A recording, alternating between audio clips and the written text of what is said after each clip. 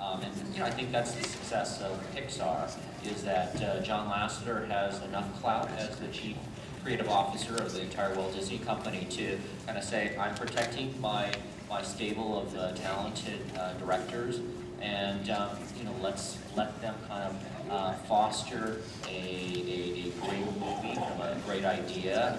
And he also forces these directors and other creatives to be very open, and he makes everybody screen all their movies to everybody within the core creative group. So basically, yeah, if it's not right, somebody of the 20 creatives are going to say, yeah, it's not right. And that's a rarity, but that's why you see these great movies coming out of Pixar, or very original ideas coming out of Pixar. I was going to ask, there's in the fan base of a lot of in the anime community, there's a lot of griping on, let's say, the choice of the talent. For example, a lot of people weren't happy that Goku was even a white boy, or even though there's a lot of talk right now with the new Avatar movie that the main characters didn't represent, the technically Asian tribes.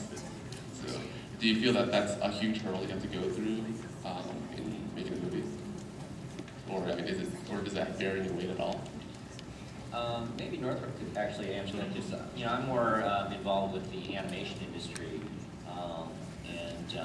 but just my own personal opinion, I'm upset that Last Airbender has this kind of I don't know if he's really Caucasian, and he's kind of a mixture type of thing, but I'm like going, wow, it's in 2010 we're still doing this in Hollywood, and I feel it's not right. And I feel that, yeah, it's like, if this guy was some star, then I would say, okay, that's okay, but this kid is an unknown also too, so yeah, it just perplexes me that we still have to do that in 2010. Yeah, I haven't gotten out of the, unlike you, which is what makes you a success, I haven't gotten to the production stage yet, so, but it does seem like there's a lot of controversy as to who gets cast in these, because people have such a pre-visualization, who are fans of what this should be, that they can easily feel violated. However, do keep in mind that the fans are only a small portion of the worldwide audience, and that they really have to resell it to the world like they're starting from scratch. It's not like that they can bank on the fans. Right, and one major thing, and I'm glad, I just started at Disney like 2 months ago, and one major program that they have is that they want to diversify their content to be reflective of the world, because yeah, even Disney knows that they make product that's maybe a little too white bread and stuff, and they know that for example, the Hispanic market is going to be like 40–50% of the entire American population soon, and but they also have had success by diversifying their workforce, and I encourage minorities to have interest in the motion picture and the arts, and it's very important. Like, for example, the movie Up, I think most of you guys know the movie Up. There is this kind of Cub Scout character that is supposedly considered Korean American. And the reason why that character became Korean American is because the character designer at Pixar is Korean American, right? So he proposed that, and he designed it, and they all, Pixar, what they call the Creative Brain Trust, they liked it, and so that's why he became a Korean American character. And then I asked Disney, I said, we have statistics of whether or not more Asian Americans went to see the movie because we have a Korean American character in it. They said yes, it does sell more ticket sales and stuff like this for that sector.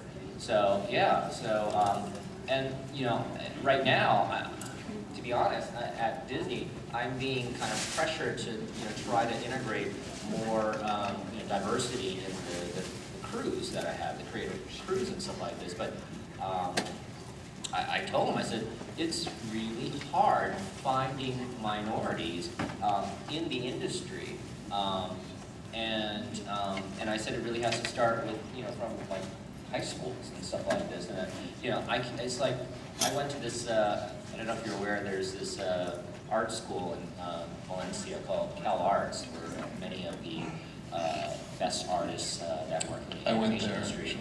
Yeah, they you know, we hire a lot of people out of there. And I went to this the senior class screenings, right, to watch, you know, who's the best of the class of 2010. And it's, again, it's still, it's a very, very white bread still. So I said, yeah, if we're hiring from Art Center and Cal Arts, and the students themselves are primarily Caucasians or Asians, then the workforce is going to be that way. We need to go even deeper. So I think, you know, I know you guys are anime fans and everything, but, you know, somehow that momentum of getting those ideas and thrusting those into Hollywood, one of the main things will be is if you really are one step integrated into the business and stuff. And, you know, it's going to take 100, 1,000 of us to really start really building that momentum and stuff. And right now, I'm sure Northrop, he does a lot of probably pitches in Hollywood. Yeah, it's an uphill struggle to kind of like, you know, what is, you know, 10 years ago, what is Naruto, or what is this? And yeah, I don't know, and, you know, it looks like it's highly profitable. You know, it's $1 billion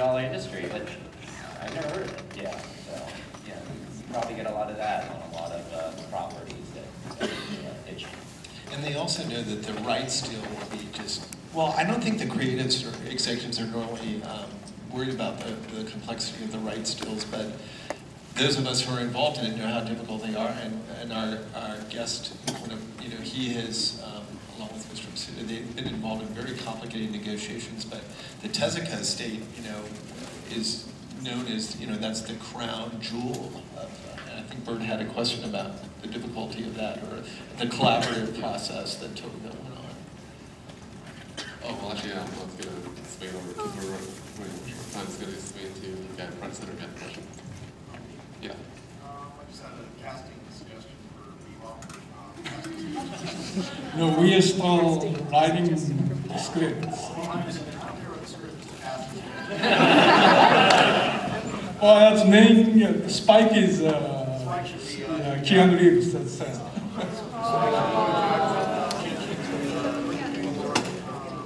That little girl's CJ7 who played the son.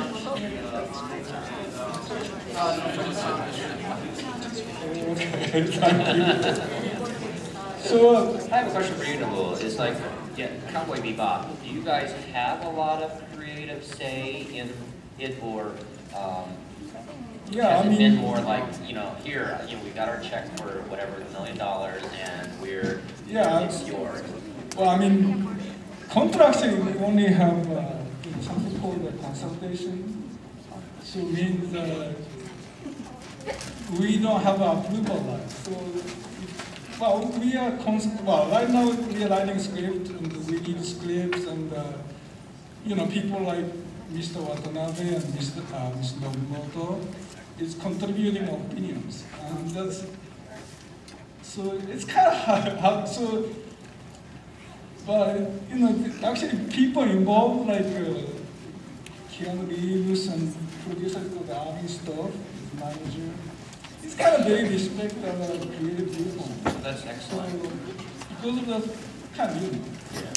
Yeah. That's unusual in Hollywood, and I think that's how you get some of these movies that really end up not having any audience. You know, the fan base right here will, you know, kind of stay away from it, and then the Japanese audience will stay away from it too, and it just doesn't do well and stuff. But, you know, I think one of the successful points that we did on Astro Boy was to work with Tezuka Makoto, Mr. Tezuka's son, very closely. And, you know, the initial consultations, you know, they were primarily concerned about the character designs, and that actually went through, you know, several iterations. You know, they were very concerned about it because they make a lot of money off of the goods from Astro Boy and stuff, because, you know, there's not that much movie product and stuff, and they said, well, your movie, you know, if it's a hit, that's great. If it's not, we still got to sell these you know, T-shirts and calendars and toys and stuff like this, and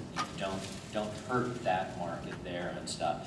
So you know, for Astro Boy, you know, it is kind of an east-west hybrid design. Originally,